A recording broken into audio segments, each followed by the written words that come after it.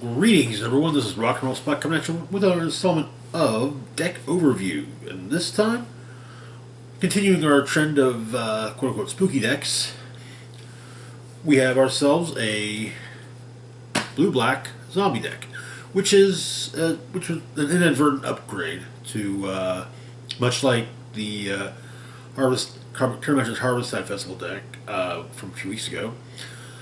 This time of the Undead Unleashed precon from Innistrad Midnight Hunt. So, about a few months back, I thought to myself, hey, you know what? Maybe I can try and build a blue-black zombie deck. I started building it. I had the commander figured out. But it was very much a back burner type of deck. And then my birthday came along, and I got the Undead Unleashed precon, and I started rifling through it and realized it was a blue-black zombie deck. I thought, hey, I'm working on one of those. Why not just, build it with this? And well, so let's take a look, shall we?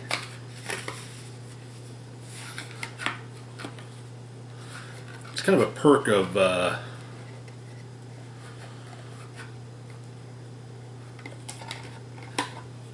upgrading precons is that sometimes you end up having a deck box basically ready to go. So like I said, this precon was from Innistrad Midnight Hunt, which came out about a year ago.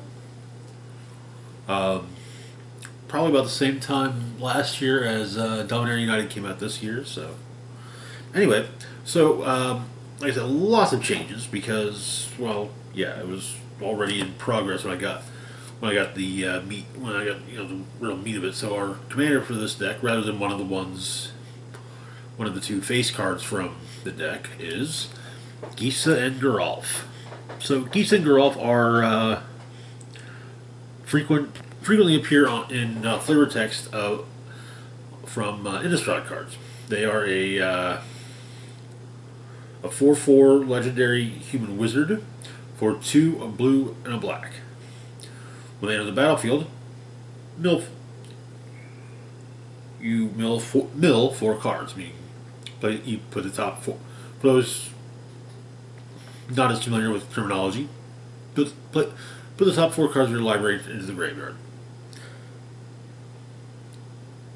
During each of your turns, you may cast a zombie creature card from your graveyard. Okay, alright. So, then we've got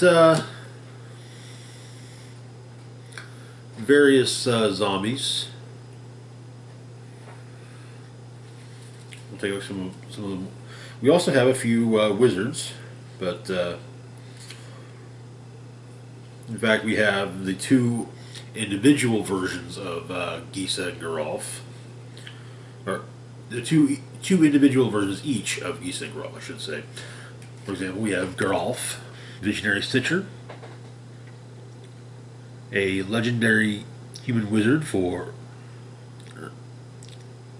a 1/4 legendary human wizard for 2 and a blue. Zombies you control have flying.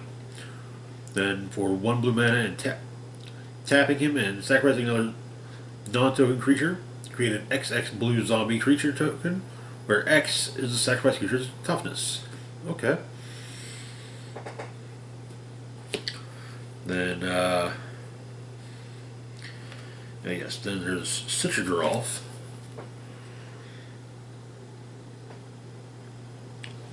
Who is a 3/4 legendary human wizard for 2 and 2 blue. For 2 and a blue and tapping Geralf. Each player mills 3 cards. Exile up to 2 creature cards put into graveyards this way. Create an XX blue zombie creature token where X is the total power of the cards exiled this way. Okay? Alright. Then,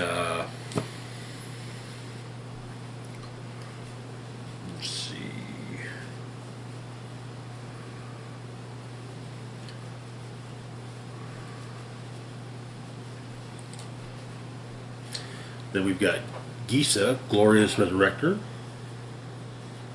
who is a 4/4 legendary human wizard for 2 and 2 black. If a creature an opponent controls would die, exile it instead. Okay. At the beginning of your upkeep, put all creature cards exiled with Gisa, Glorious Resurrector on the battlefield under your control. They gain Decayed. Decayed, if a creature with Decayed can't block. When it attacks, sacrifice it at the end of combat. Okay.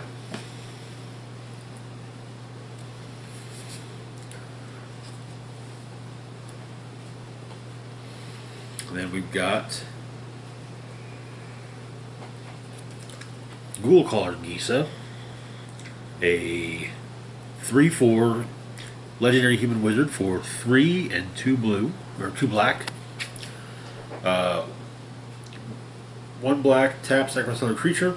Create X 2/2 black zombie creature tokens where X is the sacrifice creature's power. Okay? Yeah, we're going to be making more than a few zombie tokens. We've also got various ways to boost zombies.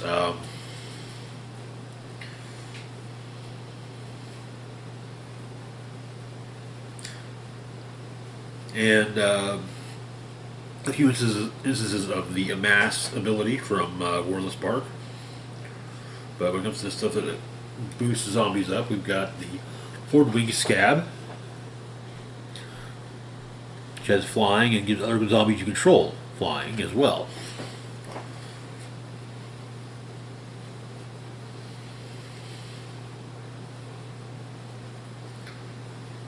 We've got a few that give +1/+1 to zombies.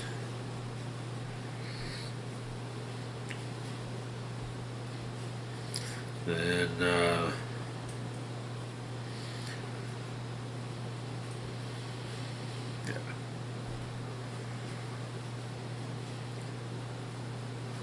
Then we got things like Death Baron, which not only grants +1/+1 but also Death Touch.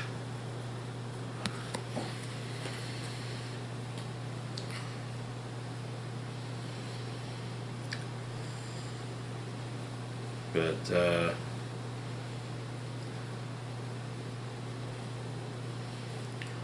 yeah, there's various fun things in this creature-wise in this deck. We got ourselves 3 Planeswalkers, all versions of Liliana. So we've got Liliana, the Last Hope, from Eldritch Moon. She is a Planeswalker, a 3 loyalty Planeswalker for 1 colorless and 2 black. Her abilities, we got +1. Up to 1 target creature gets -0. Yeah. I think it's -2, -1 until your next turn. -2. Put the top 2 cards of your library into your graveyard, or mill 2 cards.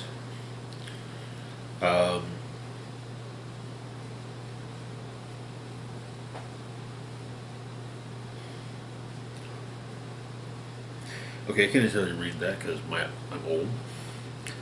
But her big thing is, the main reason she's in here is her emblem, which requires removing 7 loyalty counters. At the beginning of your upkeep, or of your end step, not upkeep, put X 2/2 black zombie creature tokens on the battlefield where X is the number of zombies you control. That's going to be helpful. Then we've got Liliana, the Dark Realms. Grabs you swamps, corresponding creatures, and makes your swamps generate more mana. Then we've got Liliana, Death's Majesty, originally from I want to say Amonkhet, or maybe it was may have been Kaladesh. But she is a 5 loyalty Planeswalker for 3 colorless and 2 black. She creates zombies. +1, create a zombie token, and then mill 2 cards. -3, remove target creature card from your graveyard, or return target creature card from your graveyard to the battlefield. Then sacrifice a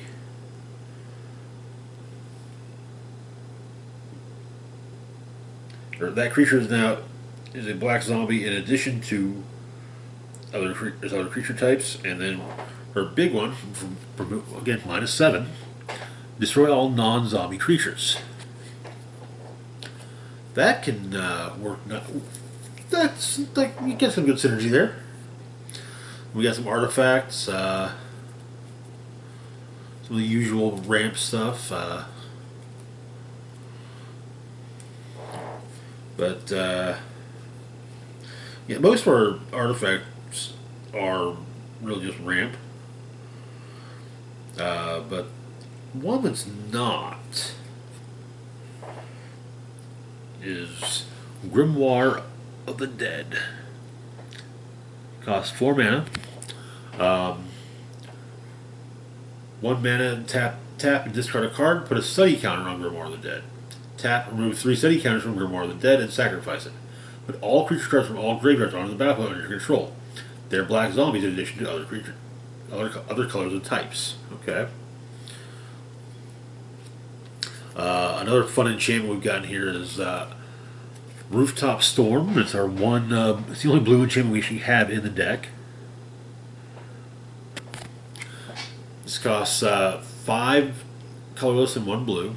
You may pay 0 colorless rather than pay the mana cost for zombie creatures spells you cast.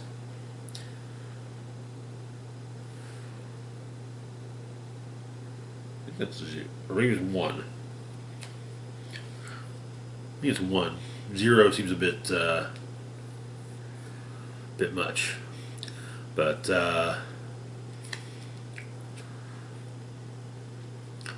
that's kind of the bow on top of our amass, of the whole amass thing. We've got Dreadhorde Invasion, which if your upkeep, lose 1 life and amass 1. Whenever a zombie token you control with power 6 or greater attacks, it gains lifelink until end of turn. Okay, all right. So for amass, if it's something you play and just really haven't thought about, or just you're just like, what the hell do these words Rock and Roll Spock saying mean?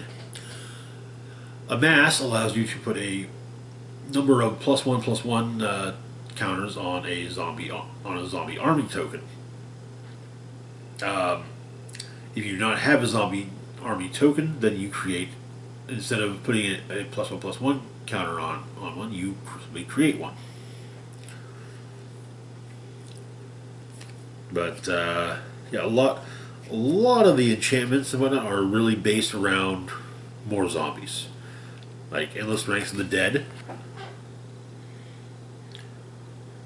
3 and 2 black. At the beginning of your upkeep, put X 2/2 black zombie creature tokens onto the battlefield, where X is half the number of zombies you control, rounded down. Okay.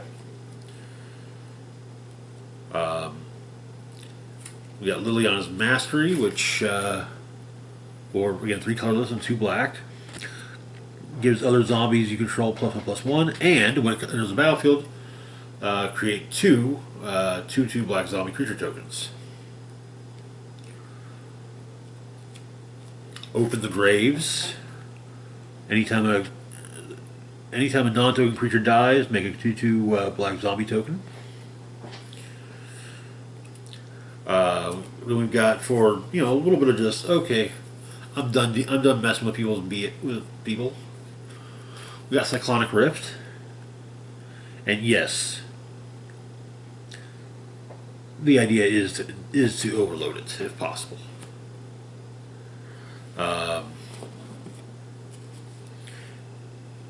Dark Ritual, Murder. We've got Empty the Laboratory.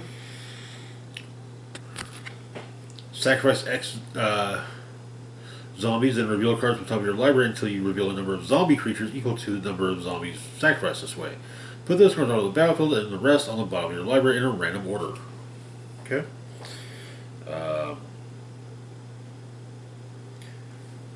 Hour of Eternity, which allows you to exile X, which costs XX and 3 blue. Then exile X target creature cards from your graveyard. For each card exiled this way, create a token that's a copy of that card, except it's a 4/4 black zombie. Okay. Then Siphon Flesh, which which forces your opponents to sacrifice a creature. Each sacrifice a creature, then you get to make that many zombie 2/2 zombie tokens.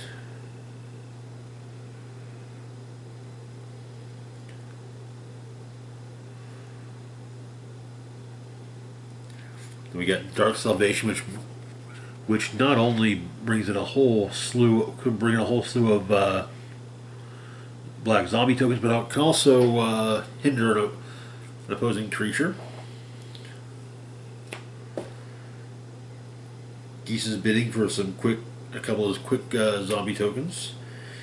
Inguruk's Wake for a quasi board wipe.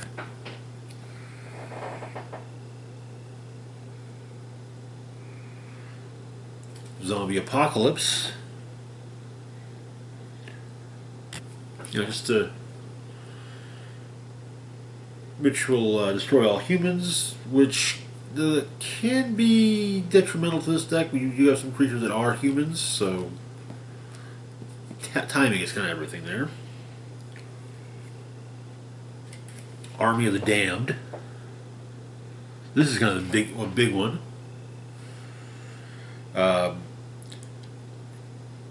5 and 3 black. Put 13 2/2 black zombie creature tokens on a battlefield tapped. It's got flashback 7 and for 7 mana and 3 black. Mana base, it's mostly we got a handful of non-basic lands that generate blue and or black, including the blue and black Thrive lands, as well as the blue and black gates from Baldur's Gate. So, yeah,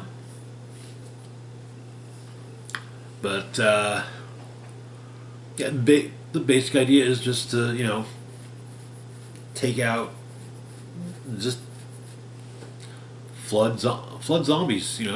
Just tons and tons of zombies, and you got the various zombies that will then boost your zombies. So, but yeah. Let me know what you think of this deck. As always, with these with deck overview videos, the deck list for on Moxfield for the deck is in the description box down below. And we'll have another one up next week. As always, this is Rock and Roll Spock. As always, feel free to like, share, and subscribe. This is Rock and Roll Spock signing off, saying, live long and rock hard.